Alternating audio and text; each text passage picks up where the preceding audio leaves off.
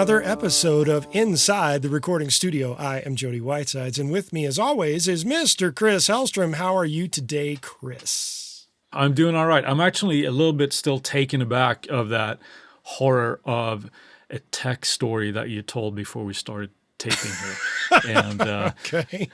that's an ultimate nightmare. And yeah, I'm not sure how much we can go into that, but let's say that there was, 6 or 7 restarts involved when your machine wouldn't boot back up? And Yes.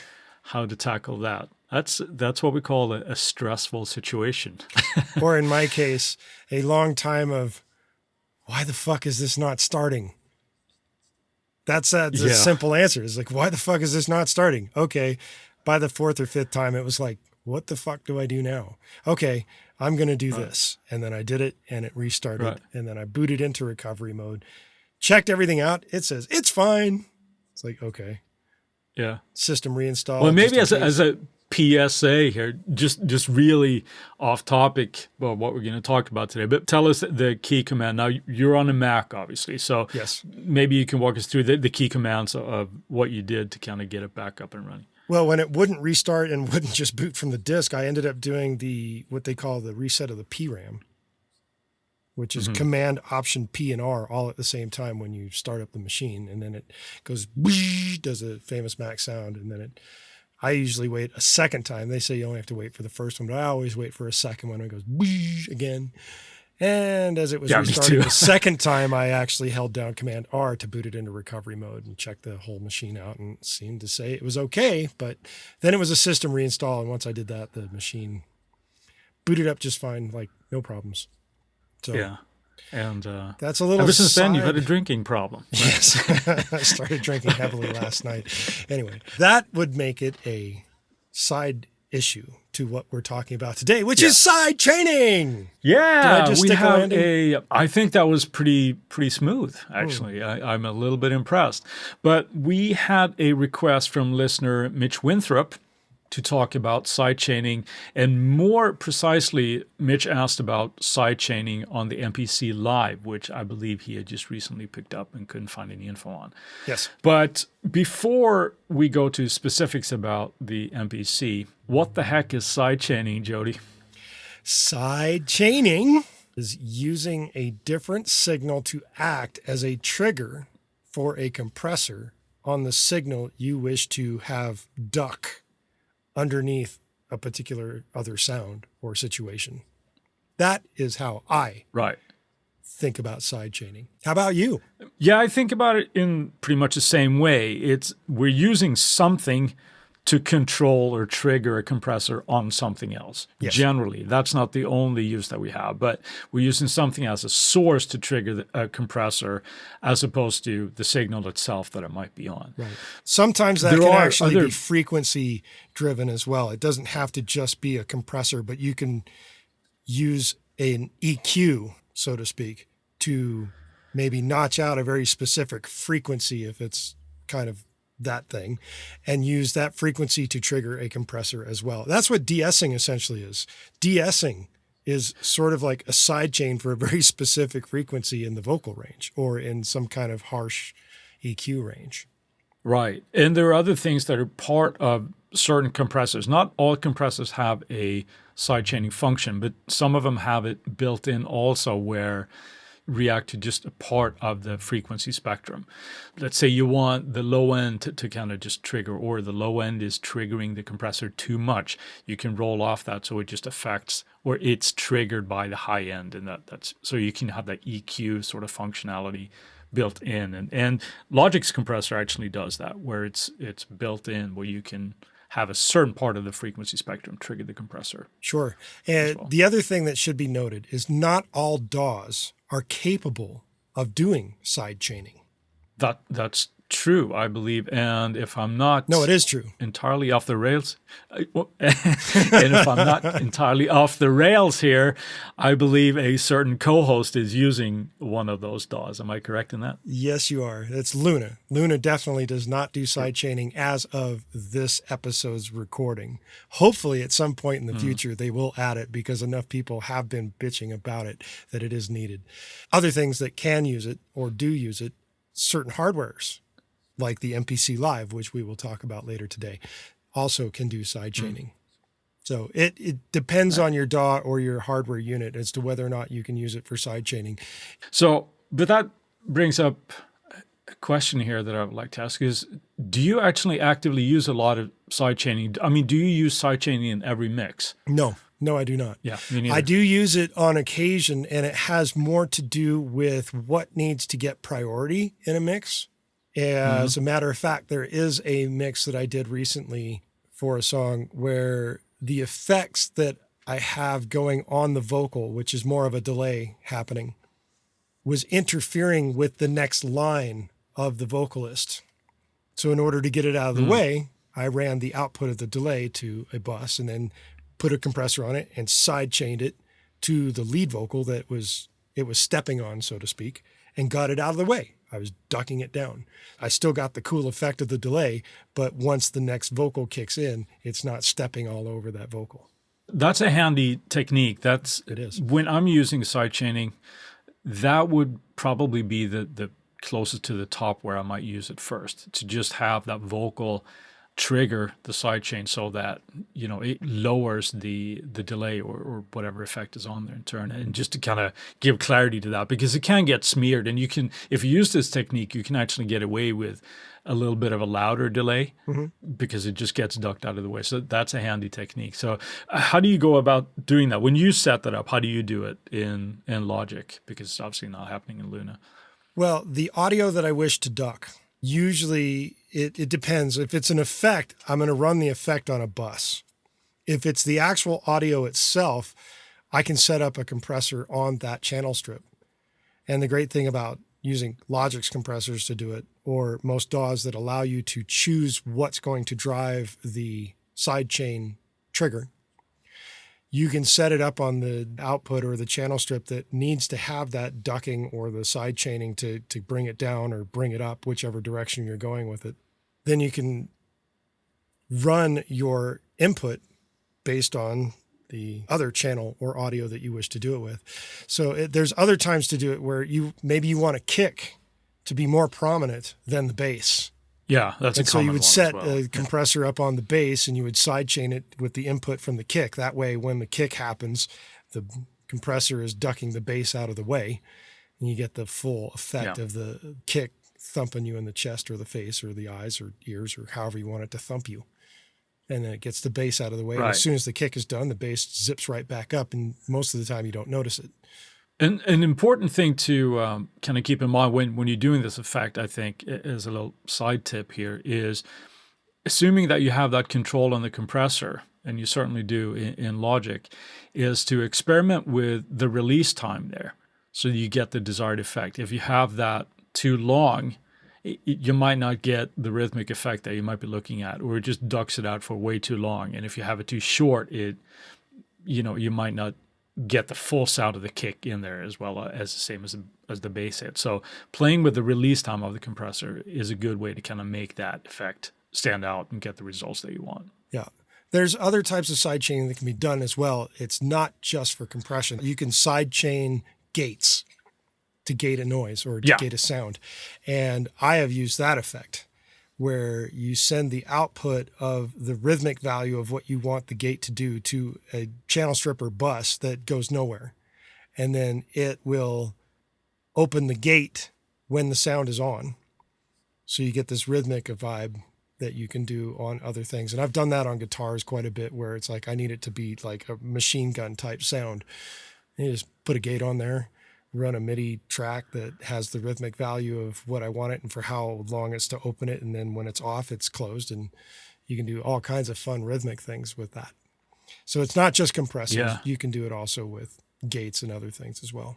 I think that the primary use, I think, tends to be the compression. But like you said, we can do some very rhythmic and experimental things really with that. And I know in Logic's ES1, I think, you can set that to input from an external source. So that's one that you can kind of do that with as well. So anytime you hit a MIDI key essentially on the keyboard with that track, it triggers the sound too. Much in the effect that you said there as a gated effect type of thing. Right.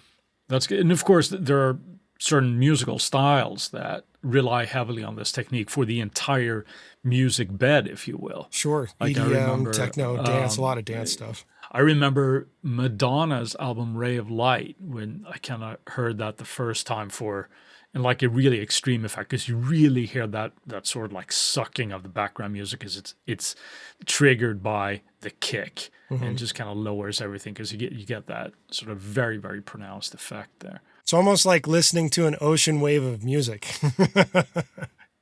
Because it's just a swell. Right, yeah. The way you can do it as a swell, or you can do it choppy, but generally speaking, when they're going to do it on the entire track, a lot of the time it's not going to be for a choppy effect. It's more for a swelling effect. Any other cases where you use that as an effect in your sidechaining? Because I know for me, the vocal effect primarily, or whether it's any other lead instrument, let's say like a guitar, but having that, so it's essentially getting sidechained by itself to just kind of duck the delay or the whatever the spatial effect might be. I'd say 90% of my time. Use. Yeah, 90% of my usage is to duck an effect out of the way of the main line, so that the effect is still there and it's not suddenly just disappeared and missed. It's there, but it's brought out of the way so that it's not in the way of the lead thing that it's meant to complement. You could, of course, do all of this with automation, right? But can get tedious. And I think how you set up the sidechain can just make it sound more natural, maybe, perhaps, or a little bit, because you're not, of course, you could automate it however you want, but it will automatically ebb and flow with whatever you're feeding into the sidechain. So it can get some pretty musical results. How would you compare that to, say, a dynamic EQ, which is kind of doing sort of the same thing? Yeah, it's kind of like I don't want to say gray area, but I'm going to use that term anyway, because you can get the same effect, like where if you're using it from, now we're talking about EQ standpoint, right? So let's say again that you have, let's use kick again, right? Where you get a certain frequency where it can just get overpowering, where you could, you might have it set up to a certain frequency of that annoying frequency that when it goes above a certain threshold, you get, it actually reduces the level there a little bit, much like, almost like a multi-band compressor as well. It's like similar tools to do the same thing. But the EQ is based more on the frequency and the Q that you're using, and then how much you want it to pull down or push up based on a threshold. Correct. We're thinking more about the frequency here when we're using that kind of tool. Of course, I wouldn't use that to say, I'm going to duck the bass out of the way for the kick. That wouldn't be the result, but more like if you have a bass line, it gets too boomy in certain frequencies, we can use that to kind of clean that up. So I think that the techniques maybe go hand in hand a little bit. But a little bit. I have used dynamic EQ to do exactly what you just said, to tighten up a bass when it gets too boomy in a particular frequency. Yeah, or whatever that might be. Maybe it's, higher up in the register where it just pokes out too much. Well, use a similar effect. You just have a different frequency or Q setting to deal with that. So it's a lot of creative stuff that can happen with sidechain compression or any of these other techniques that we're using. Sure. So it's good technique to have in your toolbox. And now let's just take a moment for a word from our sponsors.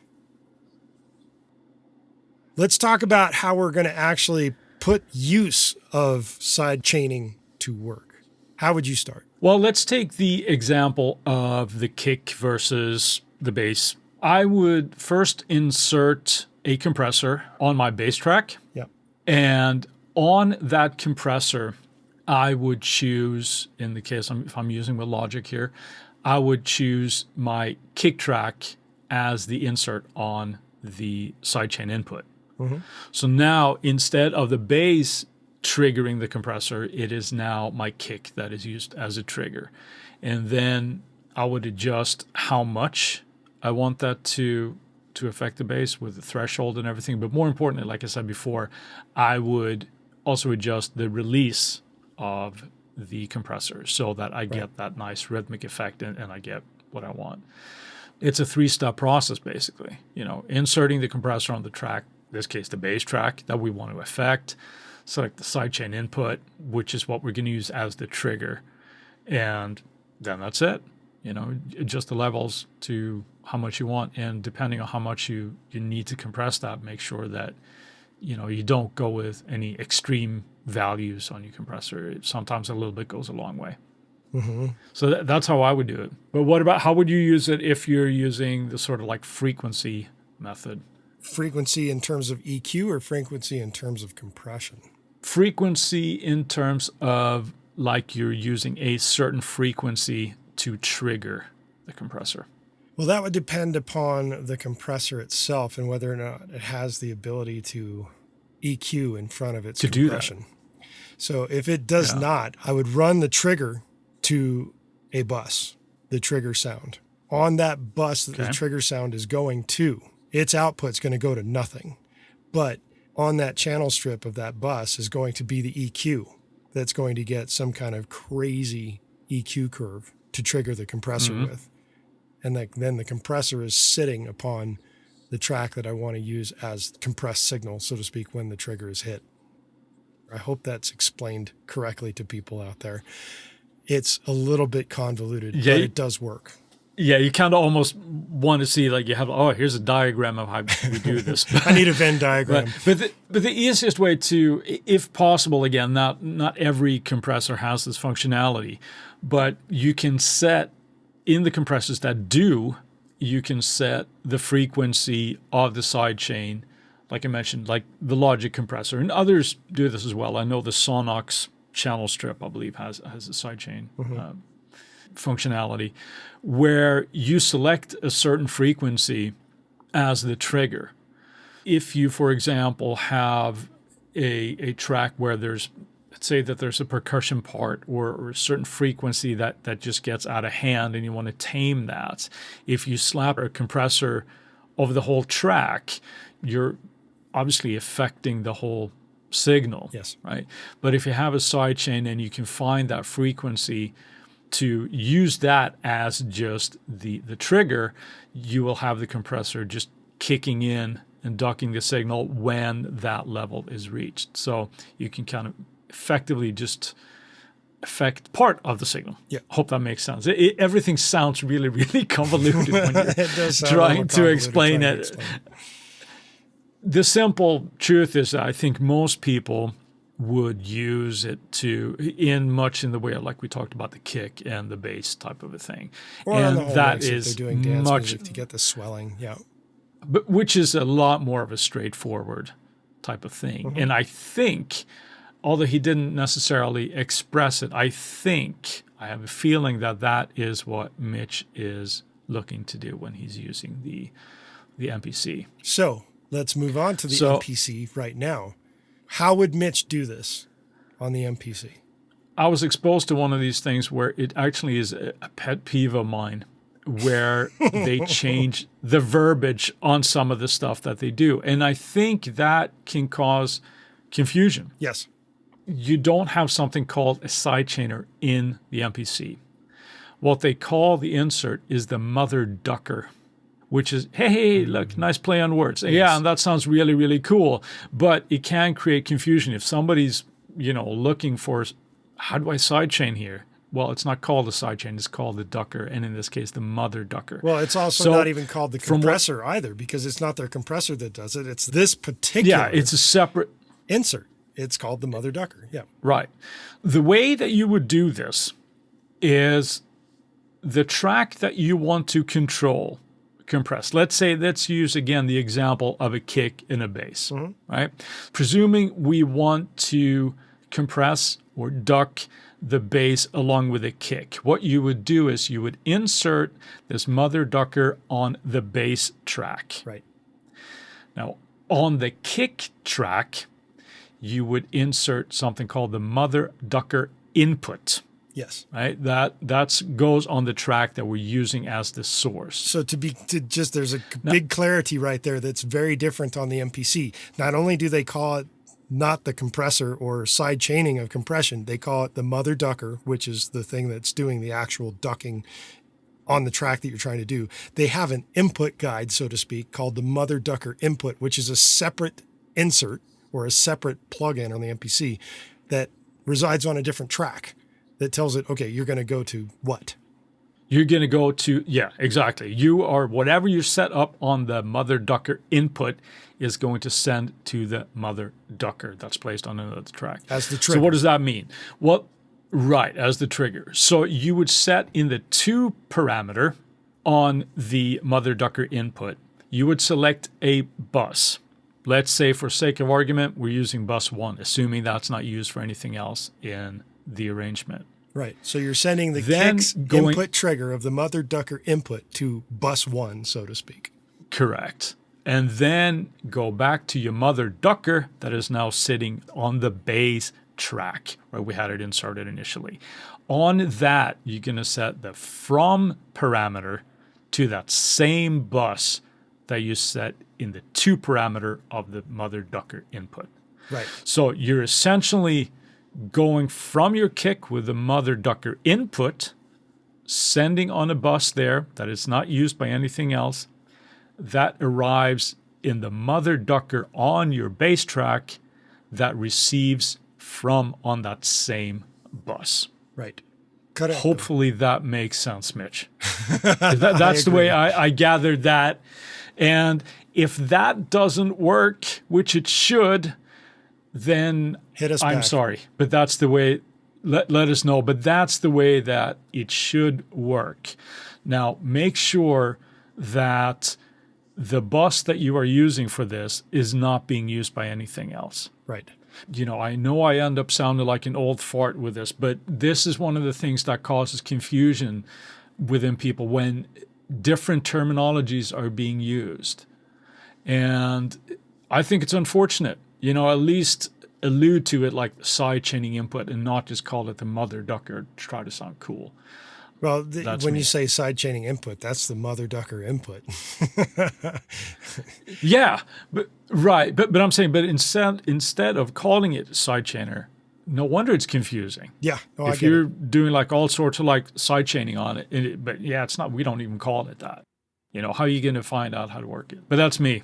I'm big on terminology, as we have discussed before, because just in cases like this, it just helps communication and help people get to do what they want with their gear. Yeah. So that everybody has an understanding, That's, I get it. I agree with it. I think the concept of them calling it the Mother Ducker is unfortunately silly. But maybe that's what they're going for. Well, who cares, right? Yeah, I mean, it's not like you need to have a white lab coat on when you're doing this and doing all this professor stuff and everything is nice. But when it comes to certain techniques, I think it helps to have the terminology correct, or at least along the lines of what's always being used. But sure, that's just me, man. Side chaining, lots of creative opportunities. You already said that you don't use it all the time. I don't use it all the time. But it is a great way to get something out of the way. I agree. I've heard different sorts of like misconceptions about what side chaining is. I've heard people say, "Oh, it cleans up your timing." Well, no, it doesn't do that. It's just. But it could, if you're using a gate and you have sloppy timing, you could actually MIDI something and use a gate and side chain the gate to clean up timing in that regard. You could. Well, it's a timed effect, but I would argue that if your timing is that bad and you're using a gate to do it, your chances are you're chopping off the attack. Well, yeah, you could be doing that of the instrument. Yeah, it's not that. That's a whole nother discussion and a whole different concept to me. But side chaining, yeah, it's one of those things that where I think the technique of doing it gets higher praise than it necessarily needs to be, because I think people think, "Oh, you side chaining this? Are you side chaining that?" No, but I don't need to. So depending on how you need to use it. But anyway, I'll get off my soapbox right now. Good for you. And with that, let's move on to Friday Finds. Chris, what do you got for us this week? Well, this week I noticed that Waves came out with another NX plugin, meaning that it's a binaural mixing environment. They've previously had 2 versions of this. I think one is Ocean Way in Nashville, I think, and Abbey Road, I think. But now they have released the CLA mix room, or the CLA NX. Who doesn't like CLA? I know I do. Now, so it's an interesting thing. I do like the concept here. I've mentioned before, like, Slate has this own headphone system with a it's based on binaural hearing, and it essentially places you in different environments. Mm-hmm. I'm intrigued by it because not everybody has a situation where you're mixing where you're in an ideal environment all the time. And let's say that you're on your road, you're mixing on headphones and things. And I think it's an intriguing technology where it helps you get like more of a reference than just trusting your headphones. So my Friday find is Waves CLA NX. Mm-hmm. What about you? What do you got for us? I'm going hardware this week. And I'm going hardware for guitar players. And that is even nicer. Yeah. Magnetic Effects has a new phaser pedal called Eye to Eye. Mm-hmm. Who doesn't like a good phaser effect? I know I do. And I've got quite a few of them. Right. Not in hardware form most of the time, but I do have MXR phaser pedal. We have Magnetic Effects has created their phaser pedal called Eye to Eye. And that is my pick for this week, for those that need to get some cool phasing effects. And you always do, don't you? Of course. So with that, while we've still got your attention, we'd like you to go to our website and sign up for our mailing list.